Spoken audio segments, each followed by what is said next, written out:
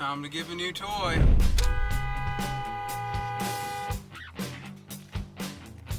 I got something for you. What's up, dude? What's up, buddy? How are you? Oh, good. Oh, good to see you. Good to see you. You stoked or what? Yeah. Dude, when he told me, I was like, no way.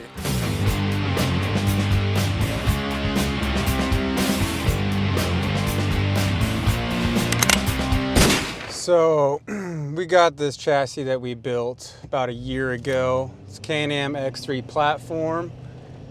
We've done a lot of extensive custom work to it, sleeve tubes, custom sheet metal work, fuel cell, radiator, basically drop your drivetrain in and go and race. So we posted it up for sale for around 25 grand. We had a few bites here and there, but nothing serious. Sat around the shop. I kind of stopped posting it because nobody was ever real serious. Then about a few weeks ago to a month ago, we went to the Mint 400 Tech and ended up running into our old friends Todd and Jacob Zuccone from Evolution Power Sports, and sat there and talked to them, and it's been a minute since I saw them, and then just suddenly as I was sitting there talking to them, it clicked right in my head. I've always been a person that loves to go above and beyond for people and bend over backwards and help people much as I can. And right there and then, as soon as I saw the kid, Jacob, it just hit me. I'm like, that's the kid I want to be in my chassis. Ended up telling my fiance and my coworker, saying, well, there's the guy. We need to hook him up and let's get him going to the pro class. So I went over there to his dad, talked to him and said, hey, on your guys' way back home after the race, swing by the shop. I got a surprise for you guys. This kid had no idea, nothing about it, and they ended up swinging by the shop. I slapped a seat in it real fast for him and said, sit in the car, how do you fit? He's like, oh, I fit really good. I really like this car. I'm like, well, it's yours. And for a while there, he didn't believe me, just kept saying, no way. I'm like, it's like, well, what do I got to give you? Nothing. This is yours. And just blew him away, which to me, that means more than anything, getting that reciprocation of somebody that's just super happy and loving. And I know the kid's been busting his butt. He's 19 years old. He's in the garage working on the car himself, doing everything that he can. He's racing pro stock class. He was leading the race at Mint. Just an awesome kid with a good family, which means a lot. And he just couldn't even believe that he was getting a car. I just wanted it to go to a good home. I don't mind doing free stuff ever, as long as I know it's gonna be used, and he's definitely gonna use it.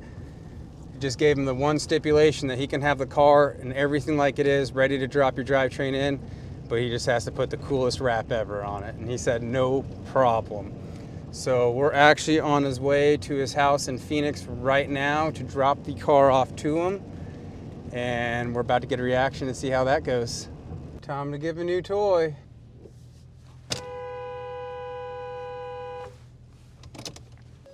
Oh. Jacob!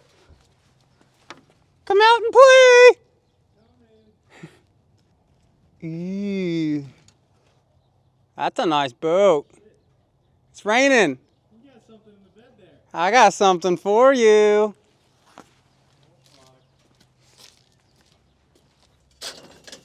Oh, of course, I parked the wrong way. Oh, no. What's up, dude? What's up, buddy? How are you? Oh, I'm good. Oh, good to see you. Good to see you. Where do you want me to pull her at? You want to back in? Yeah, probably.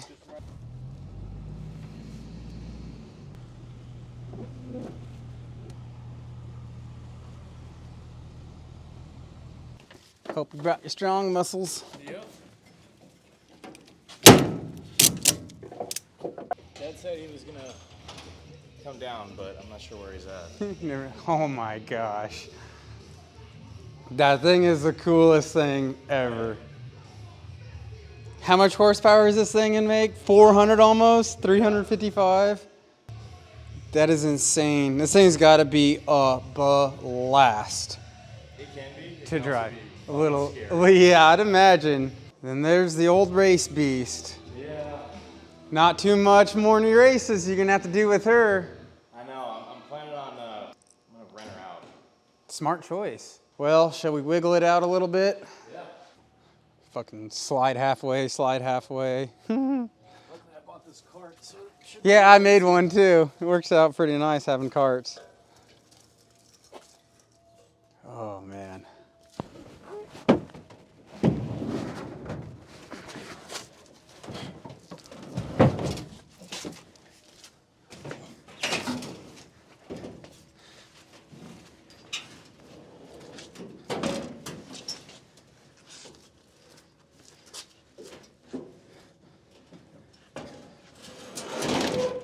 Nice. Perfect. I guess we're gonna unlock the wheels now and just push it back. Yeah. push, roll it back. You ain't gotta worry about my tailgate because there ain't nothing nice about it.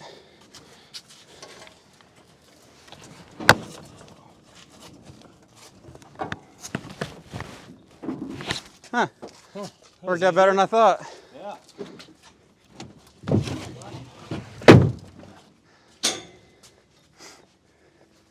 Of course, now the rain ruined everything after I cleaned all the bolts on it.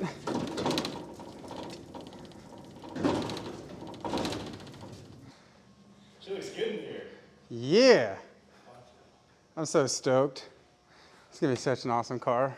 Well, you let me know whenever you start plugging stuff or you want stuff plugged in the dash because I'll come back and pick it up because Corey's gotten like really, really good at mounting stuff in dashes and doing it like super flush and nice. Yeah. And the center console does come out super easy. It's just these two bolts on the side. Okay. You take that panel off and there's two more bolts. Definitely put the bottom ones in first when it goes back in. It's a little finagling. But otherwise, this whole thing comes off pretty easy. Everything does. Yeah. And if the seat brackets don't end up working for you and you want to move, just let me know. We'll make some new ones and put them in. But, I mean, you sat in it, so. Yeah. I'm just going to throw a set of sparklers in there and Yeah. call it a day. It should be fine. Yep. But, yeah, Dad and I were talking like a little C127 Motec dash right there. And I know that side of the dash fits the HDS 12. Okay. So you can fit a big old things in there if Yeah. you need to. You don't really have Can-Am helping you out at all. They don't care. Same. They told me the same stuff. Oh, if you don't have enough money to race, you should just do it for fun. Thanks. Yeah. They don't. Yeah. Only care if you have a big wallet and a huge following is all they care about. Yeah. Unfortunately. Which makes no sense. I mean, everyone races Polaris. I mean, it's so easy to get help from Polaris. I don't know why. It's like what happened to back in the day where being a good person and promoting them like at races was good enough. Now it's like, oh, if you don't have 300,000 followers and 300 grand in your bank account, Yeah. man, where's your daddy at? No, he said he'd be here. Let's check out this Defender while I'm here. All right. AC work pretty good in these things too. The heat at the hill is like my favorite. Everyone's outside freezing their asses off. Dude, this thing is freaking Yeah, rad. so we got new bedsides for it because the bedsides are fucked. They look, they don't look bad to me. Look at that. Little turbo and a giant ass intercooler. Yeah, keep it cool. It's like Jesus. the ones on the Rangers that we're doing, they're like half that size. They're a little taller, but Oh yeah, I see some salt and sea mud in there. yep. Ugh. So the guy that was wanting it, he's like one of my dad's buddies. He's like, I want like a 2-seat, like, you know, either a Pro R or something like that, and then I want a 4-seat for us, for AC and heat. And I'm like, okay. Dude, my dad's got one that's like the non-AC and heat model, and I just, you know, just sitting in it and driving around the block. I'm like, these things are so comfy. No, they are. They're Like it's there's- got the sound system in it. Like, So I just put that same one basically in my dad's, and dude, these things bump too. Oh, you got the headliner and everything in yours. And power windows. That is the one thing insane to that me. sucks about the power windows is like this one doesn't work for that side, and that side's a little finicky. switches. But it's just like a little wiring issue that we gotta figure out. That's easy. Little vents. Beep. Yeah, especially if you got the windows like murdered out too.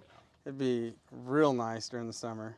Oh, I know. I like how RJ went from building like full-blown $150,000 dune cars to now he's like doing full-blown Defenders. Yeah, and they're costing the same amount. Yeah, Like, which I think they're sick though. But I mean, I'm the same way. I'll build whatever anybody wants to pay for. You guys do whatever you want. I'm checking out upstairs. Any naked strippers? Hopefully. Come on. I would never leave this place. This place is a fucking mess. What do you mean? You should see my house. My house is a mess. No, none of this shit.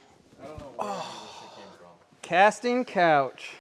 Oh yeah, dude, I got one too in my loft upstairs. I got a couch up there. Of course, nobody wants to climb the sketchy ass ladder to get up there, but take me. I met Cole through my dad. My dad and Cole did a bunch of work together. That was actually one of my dad's first sponsored desert racers, was Cole, way back in the day, and with all of his jumping stuff too. At UTV Takeover and all that, Cole just sending it to the moon. They've been friends ever since, and then it was October of 2020, Cole gave me the opportunity to race that same car that he was hucking in to race at, what was it, UTV Worlds. And that was like my first taste of racing and driving with desert racing. Cole was my co-driver. I remember he threw up. It was like the second or third lap he threw up. That course was brutal. But Cole gave me the opportunity to race his car, and then I was hooked ever since. And then I ended up building the first generation of that car, raced that for about 2 years, and then had an accident in the dunes in it, and then rebuilt it. And then here she is 2.5 years later, same but different car, and she's a rocket. Like, she can prove herself. But now we're stepping up to the big games thanks to Cole, and we're gonna make some moves in Pro Turbo next year. All right, Dad, your turn. Shit, what do you need me for? Well, you're the man, the myth, the legend. You're the reason behind everything. You squirted him out of your nutsack. I'm Todd with Evolution Power Sports, and I'm Jacob's dad. Great. That was a lot of information. What else do you need? So Jacob's always taken a liking to the off-road, even when he was a little kid. I remember having a Rhino that we built, and I'd stick him we had seats in the back, I'd stick him in the back, and I had to bungee cord his head to the seat because he'd fall asleep, and I didn't want him to get whiplash at such an early age. But no, I had him racing go-karts when he was 5.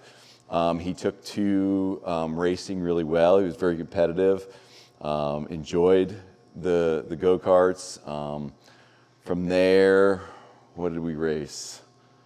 It was mainly just sleds. Just go-karts, then a 170. Yeah, the 170. 170, he raced had a 170, which he played with. Wanted to race it, but we just didn't live Yeah, we lived in Colorado, and then rode sleds, and Jacob always had a knack for being good at, wheeling or riding. So once we got into desert racing, Cole was nice enough to be co-driver for Jacob at the UTV Worlds, and that was kind of Jacob's first experience behind the wheel of a desert race car, and kind of rest is history. As you guys discussed, he's already built and been successful with his own program, and puts his heart and soul into it, which is kind of it's a hard quality to find nowadays. Somebody who's willing to devote basically everything they have to racing, a lot like Cole. So I'm really excited to see what he's going to do with this new car, and where desert race is going to bring him in the future.